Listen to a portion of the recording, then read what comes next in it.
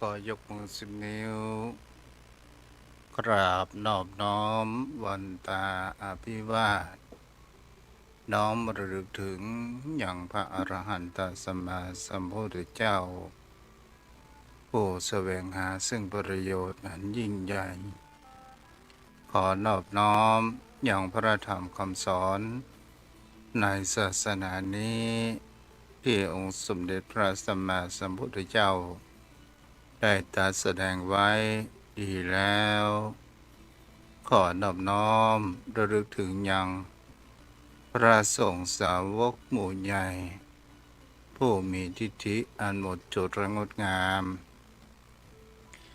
ด้วยเสียงกล่าวของข้าพเจ้าและขอถวายความเคารพนอบน้อมไปสามายังครูบาอาจารย์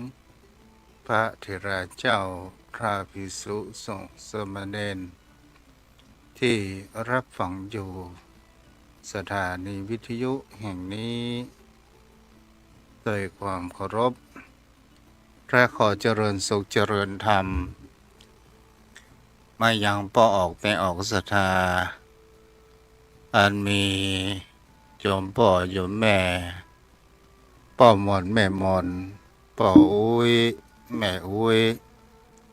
พี่ป้านะอาท่านผู้ฟังผู้มีบุญทุกท่านที่ติดตามรับฟังธรรมะยามแรงทางสถานีวิทยุเพื่อการศึกษาพระพุทธศาสนาพระวัฒนธรรม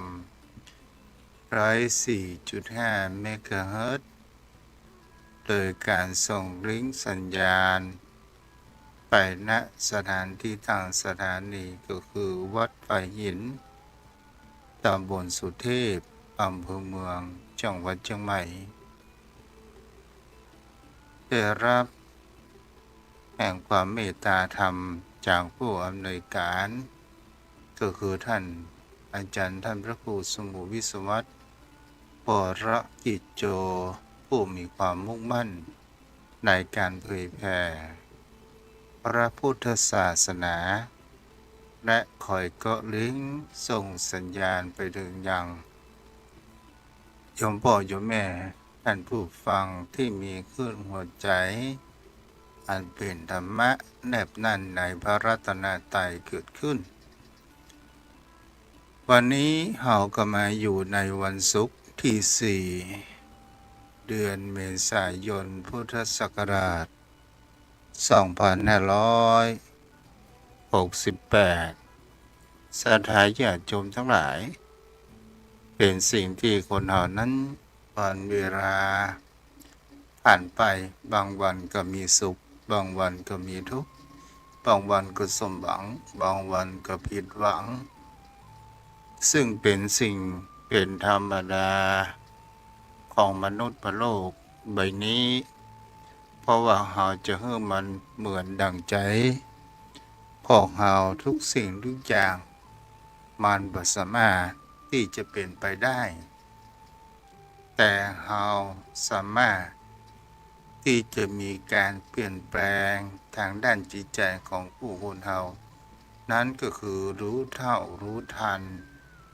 รู้ในการแก้ปัญหา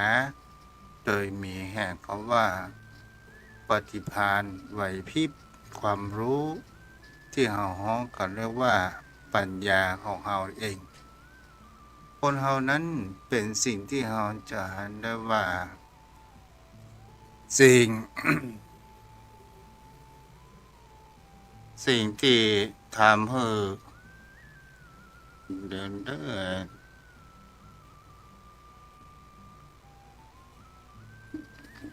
ละลมหลวงมาพอดีกันนะเห็นเด้ออาจารย์เด้อ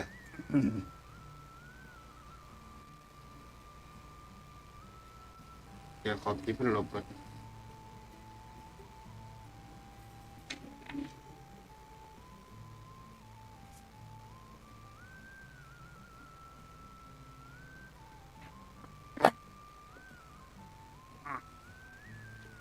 เอาแล้วเนาะได้พอดีละ วันนี้ทางสันทรายมีลมพายุเนาะที่วัดของอาตมาตอนนี้ลมหลวงก็มาก็จัดอาการไปไฟฟ้าดับก็แปลว่าหยุดมื้ออันเนาะโยมพ่อโยมแม่ท่านผู้ฟัง วันนี้ก็มาอยู่รับฟังกันตามที่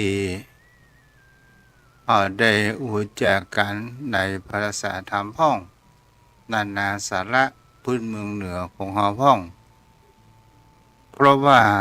คนเฮานั้นบางสิ่งบางอย่างเฮาก็รู้บางสิ่งบางอย่างเฮาก็บ่สามารถที่จะรู้ได้ นั่นก็เรียกว่าประสบการณ์ศรัทธาญาติโยมทั้งหลายโยมพ่อโยมแม่ท่านผู้ฟังเหมือนกับโยมพ่อโยมแม่ท่านผู้ฟังนั้น ที่ได้รับฟังก็มีความรู้บางท่านบางคนก็มีความรู้มากกว่าตัวอาตมาทางด้านประสบการณ์ผ่านร้อนผ่านหนาวผ่านยุคผ่านสมัยตัวอาตมาภาพก็ต้องมีการศึกษาเรียนรู้จากโยมพ่อโยมแม่เช่นเดียวกัน การที่คนเรานั้นจะก่อให้เกิดแห่งความรู้ก็คือการสนทนา การฟัง การประพฤติปฏิบัติลงมือประพฤติบัตินี้เองที่ก่อให้เกิดแห่งปัญญาและความรู้ของคนเรา ถ้าคนเฮานั้นบ่ฝึกประพฤติปฏิบัติปกระทำปัญญานั้นก็บ่สามารถที่จะเกิดขึ้นได้ถ้าเฮาบ่คิดบ่อ่านกันโยมพ่อโยมแม่ท่านผู้ฟังวันนี้ เฮาก็มาอยู่กับกันยาวๆก็คือเวลาทางสถานีวิทยุนั้น วันนี้พระนักจัดรายการในชั่วโมงนี้คงจะมีภารกิจก็เลยมาอยู่กับตนตัวของอาตมาภาพอยู่กันแบบยาว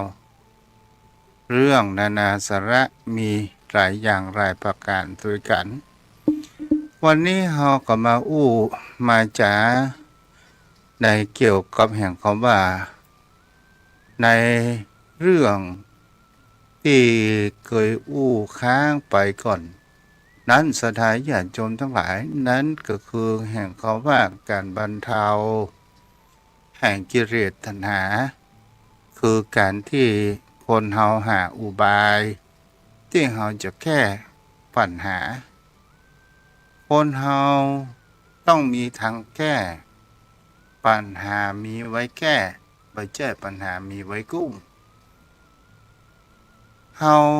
จะมีแห่งความคิดที่แก้ปัญหาทางด้านกิเลสอาจเป็นตัวแห่งคำว่าราคะหรือว่าโลภโกรธหลงที่ว่าโทสะโทสะโลภะโมหะคือโลภโกรธหลงเนี่ยสถานญาติโยมทั้งหลายซึ่งในที่นี้เราก็ลองสังเกตและพิจารณาดูว่าในการที่ในวิถีชีวิตของคนเราเนี่ยเราตกเป็นทาสของอำนาจของกิเลสตัณหาแล้วกิเลสตัณหานั้นมันมาจากไหนล่ะ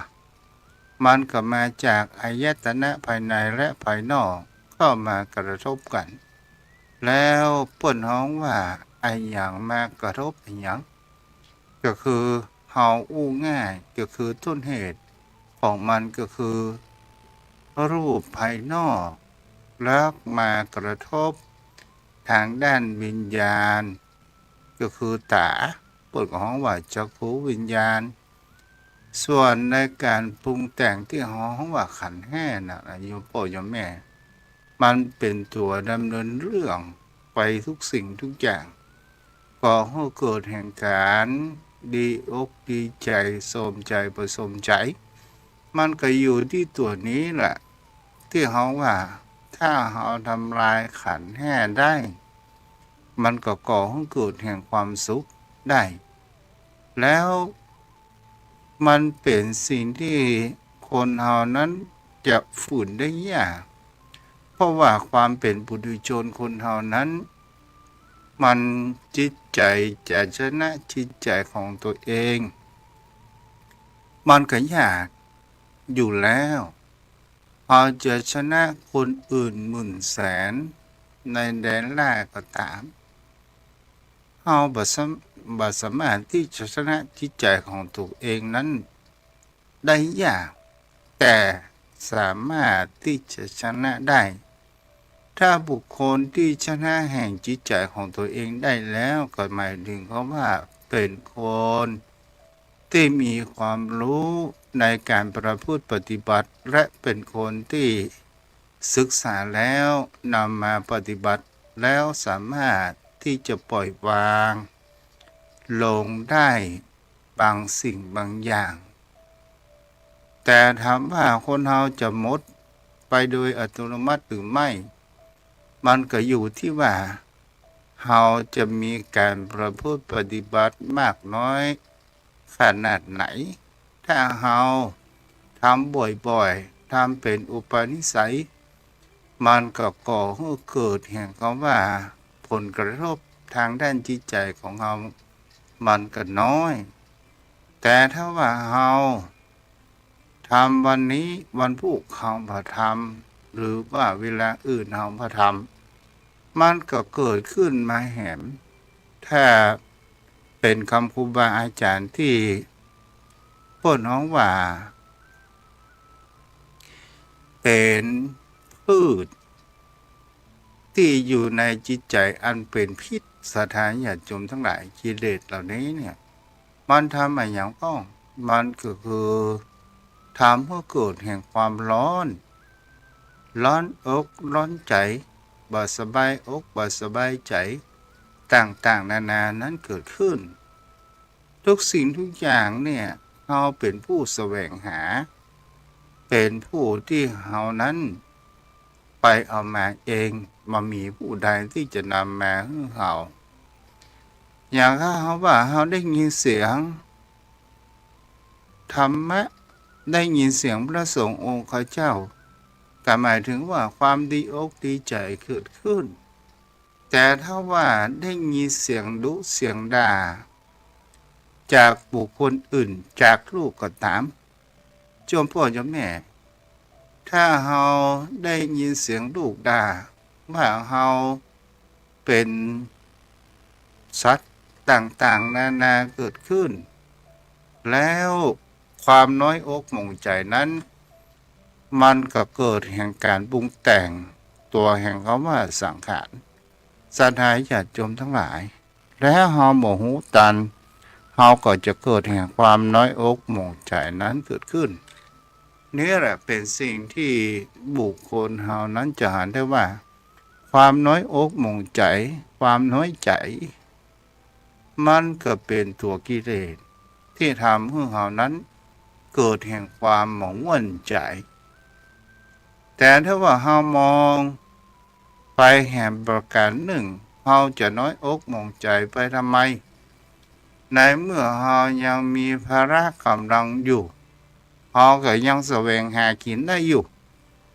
เพื่อนบ้านที่ดีของเฮาก็ยังมีคนที่คอยอุ้มเอื้อเจื้ออุ้มเอื้อคอยเกื้อหนุนของเฮานั้นก็ยังมีมันยังมีแห่งคำว่ายังบ่มีแห่งความสิ้นหวังศรัทธาญาติโยมทั้งหลาย แต่สิ่งที่การที่เขากระทำลูกจะด่ากระทบกระทั่งหรือกระทบกระทั่งทานทั้งตั้งกายและจิตใจก็ตาม มันวัฏจักรแห่งบนโลกใบนี้มันก็บ่สูญหายไปไหน มันก็จะตอบแทนสนองเขานั่นเอง สิ่งที่คนเฮานั้นควรที่จะแสวงหานั้นคือการอุบายที่เราควรจะมากำจัดกิเลส สามกองเหล่านี้มันดับลงและเราจะหาวิธีใดองค์สมเด็จพระผู้มีพระภาคเจ้านั้นก็ได้บรรยายอธิบายธรรมกับศรัทธาญาติโยมพุทธศาสนิกชนหรือว่าบริษัททั้งสี่โยมพ่อโยมแม่และก็ครูบาอาจารย์นั้นก็เอามาบอกของเขาอย่างสิ่งที่อันตรายมากที่สุดในกิเลสสามกองนั้นก็คือตัวแห่งคำว่าโมหะก็คือความหลงศรัทธาญาติโยมทั้งหลายความหลงเนี่ยบางครั้งบางคราวมันมาเริ่มแรกก่อให้เกิดแห่งความศรัทธาความหลงเชื่อแต่เฮาขาดสติและปัญญาเกิดขึ้นบางครั้งบางคราวสิ่งที่เขานั้นมาล่อลวงตอนแรกๆนั้นทำให้เขาได้เงินได้ทองเกิดขึ้นมาแล้วมาระยะหลังนั้นเงินทองขาหายสิ่งที่เขาได้สั่งสมอย่างกับคนเล่นแชร์สถานญาติโยมทั้งหลายตอนแรกๆนั้นเราก็ได้เต็มเม็ดเต็มหน่วยพอนานๆไปเท้านั้นเอาเงินหนีไปเสียนี่ก็หมายถึงเขาว่าบางครั้งบางคราวคนเฮานั้นไว้เนื้อเชื่อใจและลงไปแห่เขาว่าเฮาเชื่อเขาง่ายเกินไปอันนี้แหละเป็นสิ่งที่บุคคลเฮาจะหันและพิจารณาสังเกตเกิดขึ้นได้ว่าอย่างก็ตามถ้าเรามาอยู่ในความหลงนี้มันก่อให้เกิดกิเลสทั้งสองตัวเกิดขึ้นได้นั่นก็คือความละโมบโลภมากและ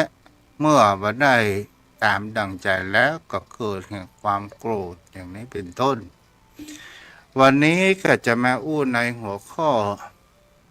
เดียวว่าเราจะกำจัดแห่งความหลงตัวนี้ได้อย่างใดนั่นก็คือเป็นสิ่งที่เราสังเกตพิจารณากันว่าก็คือความสันโดษที่จะคอยกำจัดแห่งเขาว่าตัวโมหะเป็นอุบายที่ทำให้จิตใจของคนเหล่านั้นเบาลงได้เพราะว่าสันโดษนี้สลายญาติโยมทั้งหลายแล้วมันหมายถึงอย่างไรเล่าความสันโดษไม่ใช่ว่าสันโดษบ่ไปหั่นไปนี่บ่ไปอย่างสักอย่างสันโดษอยู่แบบสมถะผ้าครัวกับนุ่งพูดขาดอย่างนี้ก็ไม่ใช่คำว่าสันโดษในที่นี้เนี่ยมันก็หมายถึงคำว่าเป็นตัวแรกในอุบายที่เราจะละแห่งความหลงเกิดขึ้นได้ศรัทธาญาติโยมทั้งหลายประการแรกก็คือเราพอใจในสิ่งที่เราได้มาถ้าเราพอใจในสิ่งที่เราได้มาด้วยความชอบธรรมแล้วเป็นสิ่งที่เราพิจารณาลงไปเห็นว่าความที่เรายินดีในสิ่งที่เรานั้นได้มาในชอบธรรมศรัทธาญาติโยมทั้งหลายเขาก็พอแล้วว่าความพอใจนะก็คือยินดีพอใจถ้าคนเฮาไปดิ้นรนอยากได้โจรทำให้เกิดแห่งความเดือดร้อนถ้าเฮาบ่ยินดีในสิ่งที่เฮามีอยู่เฮาบ่พอใจในสิ่งที่เฮามีอยู่เมื่อเฮาได้หมื่นเฮาก็อยากจะได้แสนแล้วบางครั้งบางคราวเฮามีเงินหมื่นแล้วเขาบอกว่าลงเงิน2-3 พันแล้วจะได้กลับคืนมา50,000 โยมพ่อโยมแม่เขาปนอไปต่างๆนานาแล้วก่อให้เกิดแห่งความหลงเชื่อแล้วตอนสุดท้ายเงินเฮาหมื่นนั้นหมดไปเสี่ยงอย่างนี้เป็นสิ่งที่คนเฮานั้นจะหันได้ว่าเฮาบ่พอใจถ้าคนเฮาพอใจในสิ่งที่เฮามีอยู่แล้วนั้นเรียกว่าเป็นความสันโดษเกิดขึ้นถ้าคนเฮามีความโลภมีความดิ้นรนอยากจะได้มากๆเกิดขึ้นไปอย่างกับเฮาการลงทุนอะไรอย่างก็ตามโยมพ่อโยมแม่เฮาก็ลองดูสังเกตอย่างคำว่าแม่กาวันนี้เฮาซื้อผักมาในตลาดนั้นเขาก็มาซื้อผักเฮาหมดในการลงทุนของเฮา1,000 บาทเฮาได้กลับมา 1,500 บาทวันผู้เฮาอยากจะได้เป็นปันสถาญาติโยมทั้งหลายเฮาก็ไปซื้อผักมาแหมบังเอิญผักมันเกิดแห่งความจำเจแล้วก็เป็นสิ่งที่จะหันได้ว่าคนเฮานั้นอยากจะให้มันเหมือนดังเดิมแกะขายง่วนสะดวกสบายมันเหมือนดังใจแต่วันแห่งวันหนึ่งเฮาแกะขายพักเฮาก็มาหมดแถมบ่พอพักเฮาก็จะเริ่มเน่าเสียก็แปลว่าเฮาเอามามากเกินไปเกินกำลังของเฮานี่ก็คือเป็นสิ่งที่บุคคลเฮานั้นไอ้อย่างก็ตามถ้าเฮาโลภมากราบจะหายอย่างนี้เป็นต้นต่อมาก็คือความสันโดษความพอใจในตามกำลังของคนเฮาในการที่เฮานั้นมีความรู้ความเป็นอยู่สิ่งที่คนเฮานั้นมีความสามารถที่จะทำให้ผลบ่ย่อหย่อนเฮาพอใจในภูมิปัญญาของเฮาถึงเฮาจะจบป .4 จะจบป .6 แต่เฮามีประสบการณ์ในการเรียนรู้ครูพักรักจำแต่ก็ถือว่าเฮามีประสบการณ์เฮาสามารถที่จะกระทำและเอาชีวิตตนตัวของเฮานั้นรอดได้แต่บังเอิญเพื่อนของเฮานั้นก็มีการศึกษาจบสูงเพราะว่าพ่อแม่เขานั้นมีฐานะส่งเขาสามารถส่งเขานั้นเรียนได้เขามีเงินเดือนมากกว่าเฮาแต่เฮาได้เงินเดือนพอที่จะเลี้ยงครอบครัวตนตัวของเฮาได้เฮาก็จงยินดีตามที่กำลังที่เฮาหาได้นี่ก็คือความสันโดษศรัทธาญาติโยมทั้งหลายคนเฮานั้นถ้าเฮาบ่ย่อหย่อนบ่บกพร่องเฮาพอใจตามที่สติปัญญาของเฮานั้นมีปริญญาเป็นเพียงแค่ใบกำกับในการ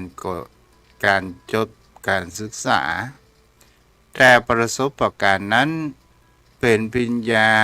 ที่เรียงสามารถที่จะเลี้ยงชีพเอาชีวิตตนตัวของเองนั้นรอด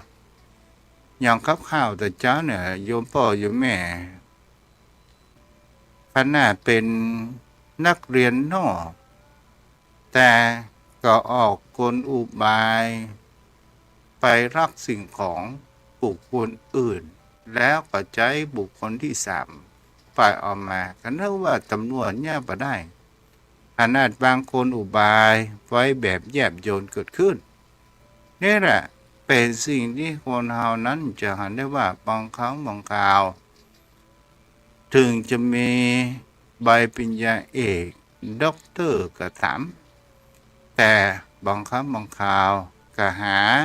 ความฉลาดทางด้านปัญญาในทางที่ผิดนั้นก็มีเกิดขึ้นต่อมาศรัทธาญาติโยมทั้งหลายก็คือพอใจในการที่เฮาบอกเกินเลย ก็คือเมื่อเฮามีแล้วเนี่ยเฮาจงอยู่จงจงอยู่หูว่าการที่สังคมของเฮานั้นจะอยู่ได้เอื้อเฟื้อเผื่อแผ่ก็คือน้ำอกน้ำใจในการยื่นแบ่งปันสิ่งของให้กันและกันนี่เป็นสิ่งที่ผู้คนเฮานั้นก็ลองเก็บพิจารณาดูว่า3หัวข้อนี้สถานญาติโยมทั้งหลายข้อแรกก็คือสันโดษสันโดษแบ่งออกเป็นแนว3สันโดษแปลว่าความพอใจในสิ่งที่เรามียินดีในสิ่งที่เราได้ก็หมายถึงว่าเราจะไปทะเยอทะยานมากกว่ากำลังทั้งกำลังกายและกำลังแห่งความคิดสติปัญญาของเราถ้าเรามีความโลภมากเกินไปถ้าเราโลภไปได้ดังหวังเราก็จะผิดหวังก็เป็นตัวหนึ่งในแห่งคำว่าตระกูลของโทสะนี้เองสัตยาญาติโยมทั้งหลายต่อมาหัวข้อที่คนเฮานั้นควรจะมีเป็นอุบายในการที่เฮาจะละกิเลสตัวโมหะนี้ได้นั่นก็คือความหิริซึ่งเป็นหัวข้อธรรมแรกๆที่องค์สมเด็จพระผู้มีพระภาคเจ้าได้หยิบยกขึ้นมาเขาจะเรียกว่าฮิริแปลว่าหมายถึงความละอายในการกายทุจริตวจีทุจริตมโนทุจริตมาได้ถึงคำว่าละอายขี้อายอย่างนี้ไม่ใช่การละอายในที่นี้หมายถึงเขาว่าเฮาละอายต่อการทำบาปละอายต่อการประพฤติชั่วทางด้านกายวาจาและจิตใจเกิดขึ้นก็คือละอายในการที่ก่อกิจอันเป็นบาปหรือว่าอกุศลธรรมที่เป็นมูลสันดานที่มันนอนนิ่งอยู่ในจิตใจของคนเราทีนี้เนี่ยหมายถึงว่าเราจะเนี่ยอย่างก็ตามเราก็ต้องมีความละอายในตัวของเราเองในการทำชั่วในการทำประพฤติผิดต่างๆถ้าคนเรานั้นมามีความละอายอย่างอายมันจะก่อให้เกิดแห่งความอับอายเกิดขึ้นอย่างเราจะหันแห่งคำว่าบุคคลที่มีความโลภมากเมื่อความโลภนั้นครอบงำแห่งจิตใจของตัวเองมากเกินไปบุคคลนั้นเนี่ยก็จะขาดญาติมิตรขาดคู่คิดขาดเพื่อนขาดฝูงมามีภัยคบค้าสมาคมเพราะว่าเป็นคนที่มีความเห็นแก่ตัวมากเกินไปก็เลยเกิดมามีความยังอายเกิดขึ้นนั่นก็คือหมายถึงคำว่ามามีหิริบางครั้งบางคราวถึงจะเป็นเพื่อนกินเพื่อนตายกันมาก่อนแต่ความโลภครอบงำจิตใจก็ได้เกิดแห่งคำว่าโลภเอาของเพื่อนทั้งรู้ว่าเป็นเพื่อนกินเพื่อนตายกันมาก่อนแต่ก็ไปโลภเอาของคนอื่นมาเป็นของตัวอย่างเช่นไปหันยังแฟนบุคคลอื่นที่เป็นเพื่อนของเราและเราไปเล่นจู้สู่เมียเพื่อนอย่างนี้เป็นต้นแล้วก็กลับมามันก็เกิดแห่งความเดือดร้อนอย่างนี้เป็นสิ่งที่คนเรานั้นก็ลองศึกษาและพิจารณากันไปต่อมาสถานญาติโยมทั้งหลายในหัวข้อที่จะควรจะเอามาเป็นอุบายละกิเลสตัวโมหะนี้คือโอตตัปปะสถานญาติโยมทั้งหลาย คือความสะดุ้งกลัวต่อการกระทำอันบดีทางกายวาจาและจิตใจของคนเฮานั่นก็คือความสะดุ้งกลัวต่อบาปที่เป็นอกุศลเกิดขึ้นโอตตัปปะเนี่ยเมื่อมันอยู่ในจิตใจของคนเฮาแล้วเนี่ยจะทำให้จิตใจของเฮานั้นเพราะว่าอาการจิตใจของบุคคลเฮาเนี่ยมันมีความบั่นไหวเมื่อจะทำความชั่วเพราะว่าหัวความผิดที่ตามมาให้ผลในภายหลังถ้าคนเฮาเคยมีความคิดถึงคำว่ามันจะสร้างความเดือดร้อนให้กับบุคคลอื่นเพราะมันจะสร้างความเดือดร้อนให้กับจิตใจของตัวของเราเองเราก็จงมีแห่งเขาว่าโอตตัปปะก็คือความสะดุ้งความเกรงกลัวต่อในการที่เราจะกระทำทางด้านกายวาจาและจิตใจนี้เองตอนนี้ฝนก็ตกเด้อสนาญาติโยมทั้งหลายมันจะมีมาเหตุตัวเนาะแล้วต่อมาก็คือสิ่งที่เป็นอุบายควรจะละก็คือสมาชีวะก็คือการเลี้ยงชีวิตของคนเฮานั้นชอบก็คือเฮาประพฤติปฏิบัติแห่งการรักษาศีลเกิดขึ้นถ้าคนเฮามีศีลแห้นะสถานญาติโยมทั้งหลายมันก็จะทำให้ชีวิตของคนเฮานั้นบ่ต้องกลัวคุกตาราง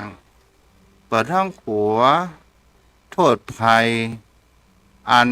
เป็นอาญาของบ้านเมืองต่างๆนานาเพราะว่าในการที่เฮาเลี้ยงชีวิตของคนเฮานั้นชอบ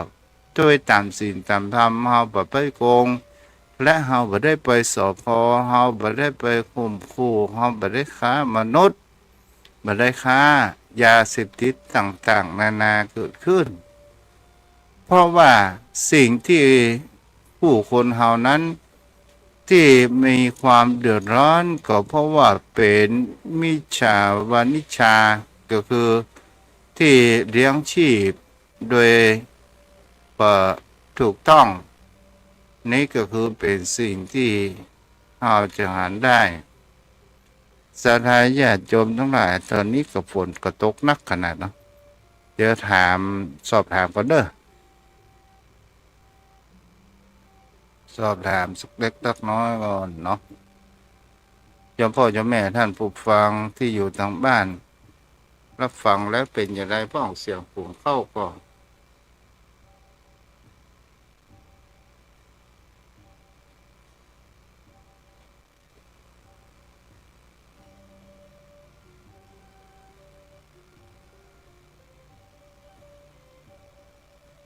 โอ้ปวดแห้งเลย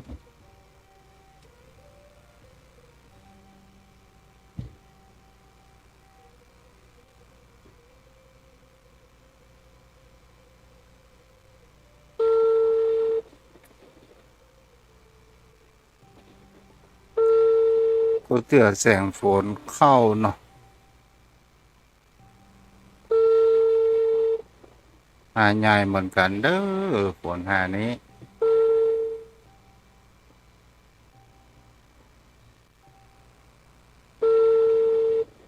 โอ้ป้านันป้านันครับครับเสียงฝนเข้าเครื่องกันเลยป้านันโอ้เข้าข้างทางตรงคุณเจ้าถูกมาเดิมถูกมาทำบุญบ้านใหม่อ๋อแล้วไปจ้าครัจ้าบผจ้ามเขาจ้าถูกมาเดินทางตรงคุณจ้าเจ้าครับจ้าจ้าครับผมครับบริษัทว่าครับสวัสดีครับเนาะอ้าวใครอยู่ทางบ้านโทรมารายงานให้กับเด้อตอนนี้ฝนมันตกเนาะลมโตยโยมพ่อโยมแม่ท่านผู้ฟังทุกเจ้าก็บอกว่าเสียงเพราะว่าหลังคาทุกเจ้าเป็นแผ่นไม่กระชิด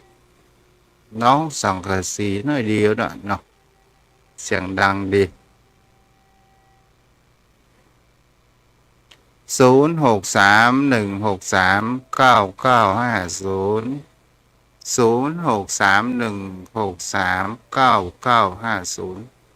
ขอเช็คกำนอ0631639950